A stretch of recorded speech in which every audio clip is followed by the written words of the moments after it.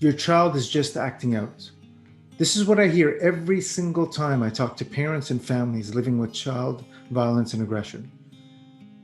It's just something that, quite frankly, is very disturbing. Simply put, most parents know what acting out is, and they know what acting out isn't, especially in this situation. When a child acts out in a threatening, controlling manner, tries to manipulate or overpower the parent through violence and aggression, it's not simply a matter of acting out. It's something quite different. There needs to be a recognition of the severity of what these families and parents have to live through in order to deal with a child exhibiting violence and aggression. In one of my interviews, I spoke with an amazing mom who had the courage to ask for help from her therapist. She told her therapist that she felt something was wrong with her child.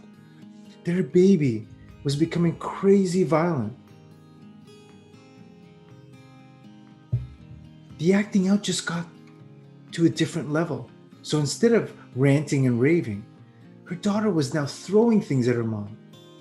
And then, when that wasn't good enough, she would threaten to injure her mom or herself with a knife.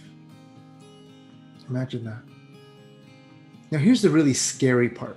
When the mom went to the therapist for help, she was told, well, I think you need to take some parenting courses because obviously your child is just acting out, and it's something that, if you gain some tools and it still didn't work out, then we can give you some more services.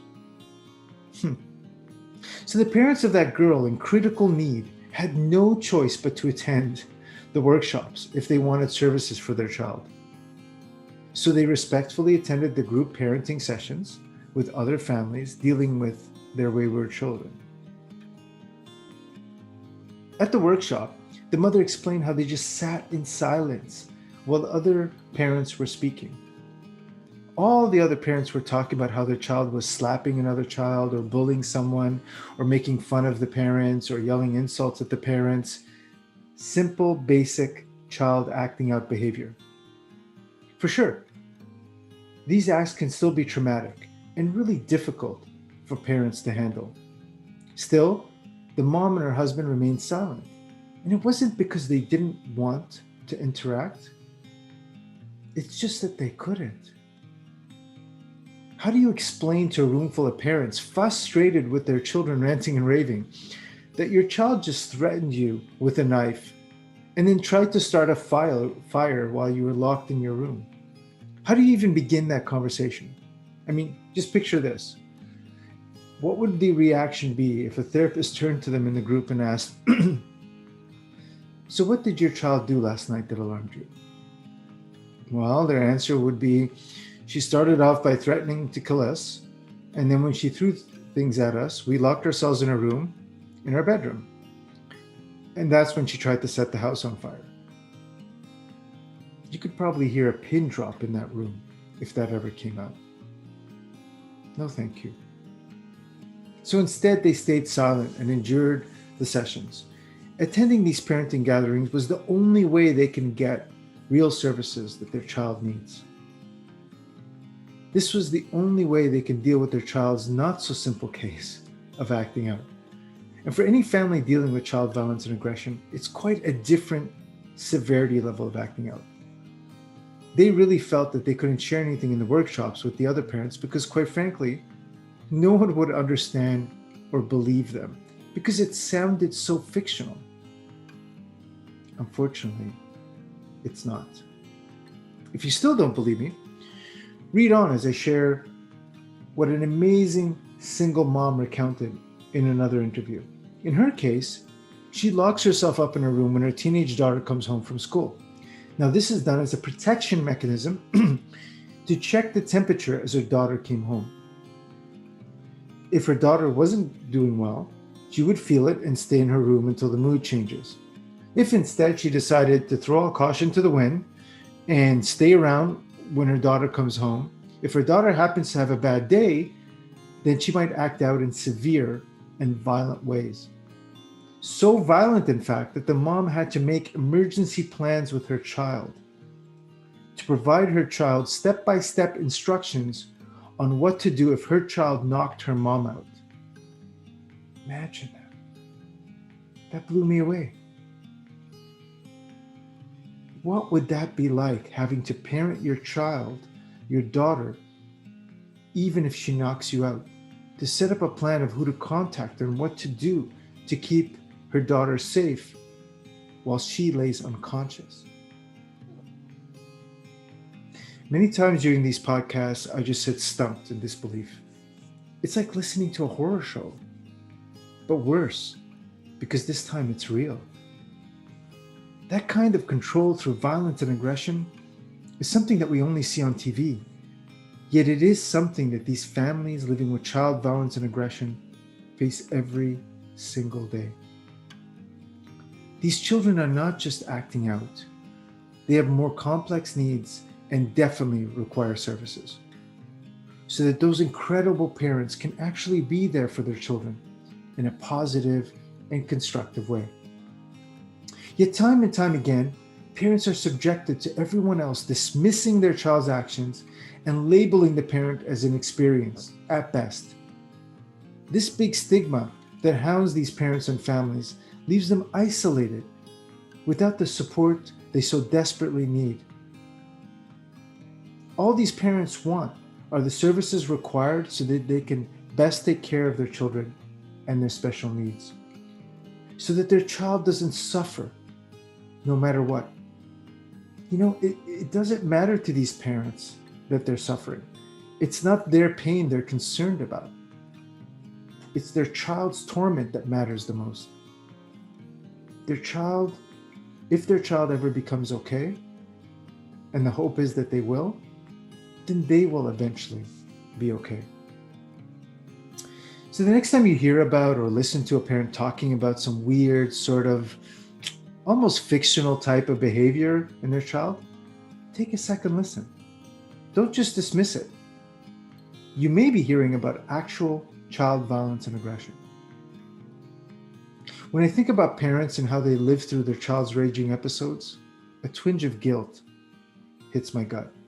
You see, I used to see parents with children that were screaming and throwing things in the supermarket or in stores and think, wow, this parent really doesn't have any control of their child. Now I know better. Now I know that most of these parents are dealing with serious issues that I would have no idea how to tackle if it ever happened with my children. So for me, the major deal is looking at these parents and trying to understand why. Why is it that I look at them and think, there's no other problem? Your child is just acting out. Your child is just misbehaving. Why are you being so extreme as a parent? These are the same comments that parents living with child violence and aggression share with me in the podcast. They are the messages they get every day. Why did I participate in that delusion that nothing serious was happening? I asked myself. After a few podcast sessions, I realized why. In a moment of clarity, the realization unnerved me. What I was seeing and hearing from these families made me so uncomfortable that I didn't know how to deal with it. So I tried to diminish it. I tried to ignore it. I tried to make it bearable. Yet the truth is, I just couldn't process it. It was so extremely difficult to be listening to them because in so many ways, I felt helpless and lost. Yet these parents are trying really hard to gain our support, our recognition that there is a problem. Unfortunately, there is little or no help, not from us, nor the system. They only have two options: give their baby to the child welfare system, relinquish their parental rights, or live with the violence in silence. A few not-for-profits like Adopt for Life are trying to address the issue. They're trying to garner support for these families, including the parents and the child. Why the child too? The truth is, the child is not being mean or malevolent. In fact, Many children are well disciplined and raised with love. The issue is not the onset of not the child, but the onset of the episodes of rage stemming from any past trauma or mental health issue that makes it impossible for the child to control themselves once life triggers it. In addition, these parents are not looking to blame their children. They're not looking to dismiss their baby of love. If they ever wanted to get rid of their son or daughter, it's very easy. Just go to the child welfare system and state that they can't handle them. It doesn't take much for that to happen. Yet these parents are not those kinds of parents. They are not the parents that want to let go of their child. In fact, the ones interviewed in the podcast couldn't even dream of it. They're the parents that want to hang on to the bitter end no matter what befalls them.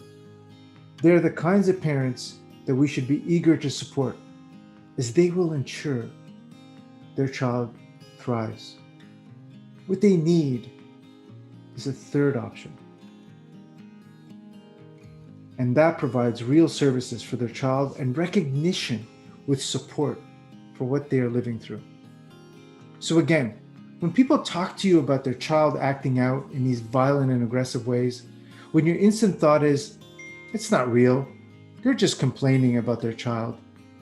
If you begin to think that this is an over-exaggeration, think again. Chances are the parents are so desperate that they're trusting you enough to reach out to you.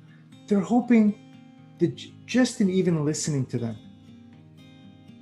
just in recognizing what they have to go through is enough for them so that they can ease a little bit of their pain they're experiencing and they can have more energy to deal with their child, the baby they love so much. It's difficult. I understand. It's certainly difficult for me as I've never experienced it with my children. We have 4 children and I've never experienced it. Yet now I know better. Through the Why You Matter podcast, interviews, and these courageous families sharing these experiences, I know better. Child violence and aggression not only exists, it's silently prevalent. In fact, StatsCan Canada put out a report revealing that an astounding 52% of family violence was perpetrated by family members or by children. The objects of the raging episodes are grandparents, parents, siblings, any caregiver. Imagine how prevalent this issue is. Regardless of where your child comes from, the majority of family violence comes from the children. Not because the child is a bad child, not because the child is trying to do something malignant or something that is bad for the family. No, quite the opposite. The child is dysregulated. The child needs help. Later in this book, we're going to delve into some of the main triggers and aspects about how children violence and aggression surfaces. We won't be able to cover all of them, but we'll overview many of them. And in many cases, we'll also highlight how these amazing parents found ways to cope with the violent episodes. In addition, we will outline the kinds of support that they're going to need if a third option is going to be available to them. The end goal of this book is really to open our minds to the fact that the child is not just acting out. The child needs support. The child needs our help. And the child has a great family and parents that are there to support them. So if we can support those families and those parents, we can help support the child. Thank you for reading, listening, and above all, for being here.